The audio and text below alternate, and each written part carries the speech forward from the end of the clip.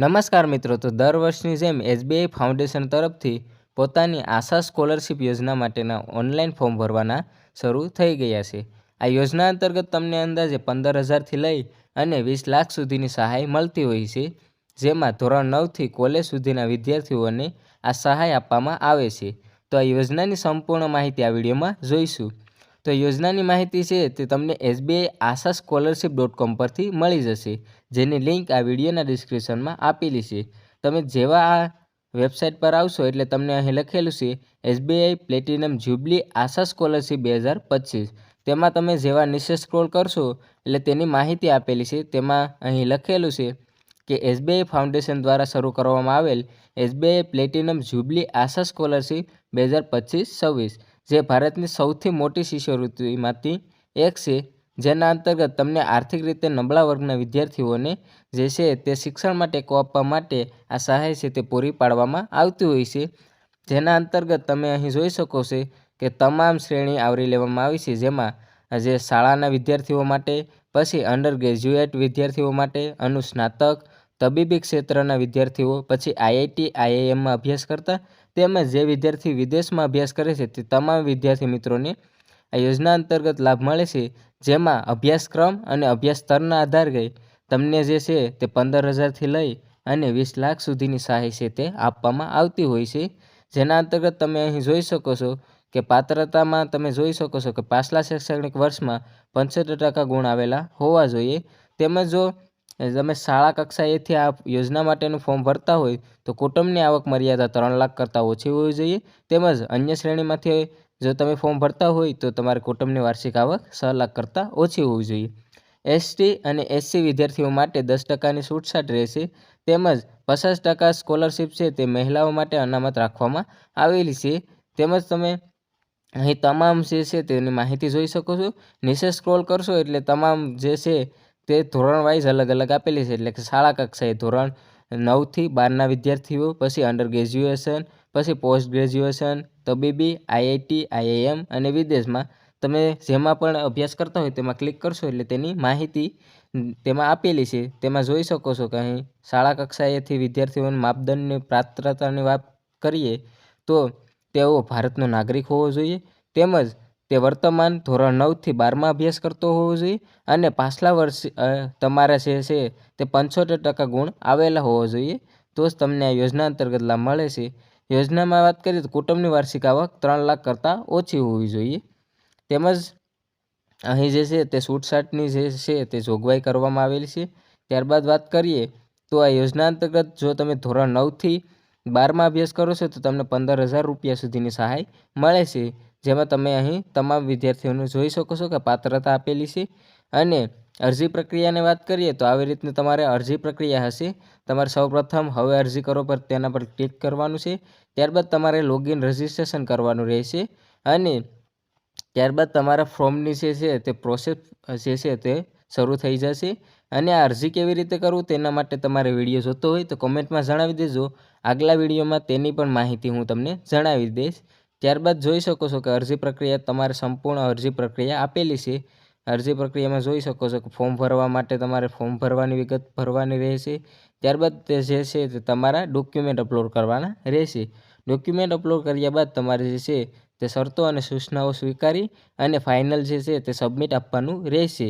ત્યારબાદ તમારી અરજી જે છે તે પૂર્ણ થઈ જશે। તેના માટેના જરૂરી ડોક્યુમેન્ટની વાત કરીએ તો શૈક્ષણિક રેકોર્ડમાં તમારે ધોરણ 10 અથવા ધોરણ 12 અનુસ્નાતક જે પણ લાગુ પડતી હોય તેની પાછલા વર્ગની માર્કશીટ તમારે જોઈશે।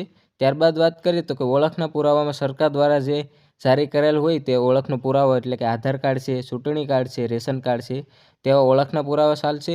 પછી નાણાકીય દસ્તાવેજોમાં વાત કરીએ તો ચાલુ વર્ષની ફીની પહોંચ તમારે જે છે, પછી તમારા અરજદાર એટલે કે માતા અથવા પિતા અથવા તમારું જે છે તે બેંક એકાઉન્ટની વિગત અને આવકનો દાખલો તમારે જોઈશે। ત્યારબાદ વાત કરીએ તો કે પ્રવેશનો પુરાવો એટલે કે ચાલુ વર્ષમાં જે તમારું પ્રવેશપત્ર એટલે કે વિદ્યાર્થી પ્રવેશ પ્રમાણપત્ર હોવું જોઈએ, સંસ્થાનું પ્રવેશ પ્રમાણપત્ર અથવા સંસ્થાનું ઓળખપત્ર અથવા બોનોફાઇડ સર્ટિફિકેટ, તેમાંથી કોઈ પણ ચાલશે। વ્યક્તિગત દસ્તાવેજોની વાત કરીએ તો તમારે એક પાસપોર્ટ સાઇઝનો ફોટો હોવો જોઈએ, જે તમારે અપલોડ કરવાનો રહેશે। વધારાના ડોક્યુમેન્ટમાં તમારે જાતિનું પ્રમાણપત્ર જો લાગુ પડતું હોય તો આ પ્રમાણપત્ર તમારે અપલોડ કરવાનું રહેશે. જો તારીખોની વાત કરીએ તો તમારે જે છે અરજી શરૂ કરવાની તારીખ હતી 9 સપ્ટેમ્બર 2025થી તમારી જે અંતિમ તારીખ છે તે 15 નવેમ્બર 2025 સુધી છે તે આ યોજના અંતર્ગત તમે ફોર્મ ભરી શકો છો. ત્યારબાદ તમે જેવા તેમાં નીચે આવશો એટલે તમારે જે પ્રશ્ન થતા હોય વારંવાર તેની તમામ માહિતી આપેલી છે. તમારી અરજી પ્રક્રિયા એટલે કે તમારી પસંદગી પ્રક્રિયા કેવી રીતની થતી હોય છે તેના વિશેની પણ માહિતી આપેલી હશે કે તમારી જે છે તે તમારી શોર્ટ લિસ્ટ બહાર પાડવામાં આવતી હોય છે એટલે કે મેરિટ લિસ્ટ. ત્યારબાદ ઇન્ટરવ્યૂ થાય છે અને ત્યારબાદ તમારા ડોક્યુમેન્ટની ચકાસણી થાય છે અને ત્યારબાદ સ્કોલરશિપ છે તે તમારા બેંક ખાતામાં જમા થતી હોય છે. જે સ્કોલરશિપ છે તે સીધા જ તમારા બેંક ખાતામાં ટ્રાન્સફર થતી હોય છે અને તમે આગામી જે છે વર્ષમાં અભ્યાસ કરો છો તો તે અંતર્ગત પણ તમને આગળ પણ સ્કોલરશિપનો લાભ ચાલુ જ રહેશે.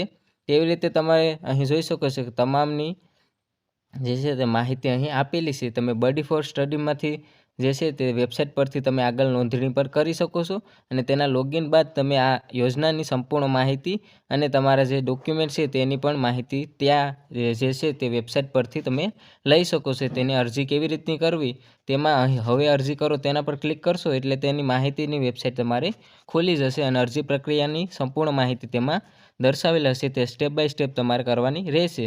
તેના માટેનો તમારે વિડીયો જોતો હોય તો તે પણ હું તમને આગળ જણાવી દઈશ. જો તમે કોમેન્ટ વધારે કરશો કે તમારે વિડીયો જોતો હોય તમામ વિદ્યાર્થી મિત્રોને તો હું તેની માહિતી છે તે આગલા વિડીયોમાં સ્ટેપ બાય સ્ટેપ સંપૂર્ણ માહિતી છે તે જણાવી દઈશ. આવી રીતના તમામ પ્રશ્નો હતા અને જો તમને કોઈ પણ પ્રકારની મૂંઝવણ હોય તો તમે આ હેલ્પલાઇન નંબર તેના આપેલા છે તેમાં પણ તમે સંપર્ક કરી શકો છો. તેવી જ રીતના તમામ ધોરણો માટે એટલે કે ધોરણ 9થી 12 કોલેજ અને આગળ તમામ વિદ્યાર્થીઓ માટે જે સ્કોલરશિપ છે તેને અહીં લાયકાત આપેલી છે તમામની. અહીંથી તમે જે છે તે અલગ અલગ તમામ વિદ્યાર્થીઓ માટે ક્લિક કરશો એટલે તેના વિશેની સંપૂર્ણ માહિતી અને તેને કેટલી સ્કોલરશિપ મળશે તેમાં તમે અહીં જોઈ શકો છો કે તમામ વિદ્યાર્થીઓને સ્કોલરશિપ આપેલી છે. તે અંતર્ગત જોઈ શકો તબીબી ક્ષેત્રે છે તે 4,50,000 સુધીની સહાય છે તે આપવામાં આવતી હોય છે. ત્યારબાદ જે છે તે IIT IIM કરતા વિદ્યાર્થીઓને માટે પણ તમે અહીં જોઈ શકો છો કે તેની પણ જો અહીં 5 લાખ સુધીની સહાય છે તે આપવામાં આવતી હોય છે. વિદેશ અભ્યાસ માટે વધુ આપવામાં આવતી હોય છે. તેવી રીતની તમામ વિદ્યાર્થીઓ મિત્રોને આ સ્કોલરશિપ અંતર્ગત અલગ અલગ રીતની જે છે તે સહાય પૂરી પાડવામાં આવતી હોય છે. જો આના અરજી પ્રક્રિયા કેવી રીતની કરવી તેનો સંપૂર્ણ વિડીયો જોતો હોય તો તે તમે કોમેન્ટમાં જણાવી દેજો. તો આગલા વિડીયોમાં તેની પ્રોસેસ છે તે હું જણાવી દઈશ કે તમારા મોબાઈલના માધ્યમથી આ યોજના અંતર્ગત તમારે ફોર્મ કેવી રીતે ભરવું. તો તેના રિલેટેડ તમે કોમેન્ટમાં જણાવી દેજો કે આ યોજના અંતર્ગત ફોર્મ કેવી રીતે ભરવું. તો તેની માહિતી પણ હું આગલા વિડીયોમાં જણાવી દઈશ. તેમજ આ યોજના અંતર્ગત તમને આગળની સંપૂર્ણ માહિતી માટે મારી ચેનલને સબસ્ક્રાઈબ ન કરી હોય તો સબસ્ક્રાઈબ પણ કરી લેજો. આ વિડીયો પસંદ આવ્યો હોય તો વિડીયોને શેર કરજો અને લાઈક કરજો. ત્યાં સુધી મળીએ નવા વિડીયો સાથે. જય હિન્દ, જય ભારત.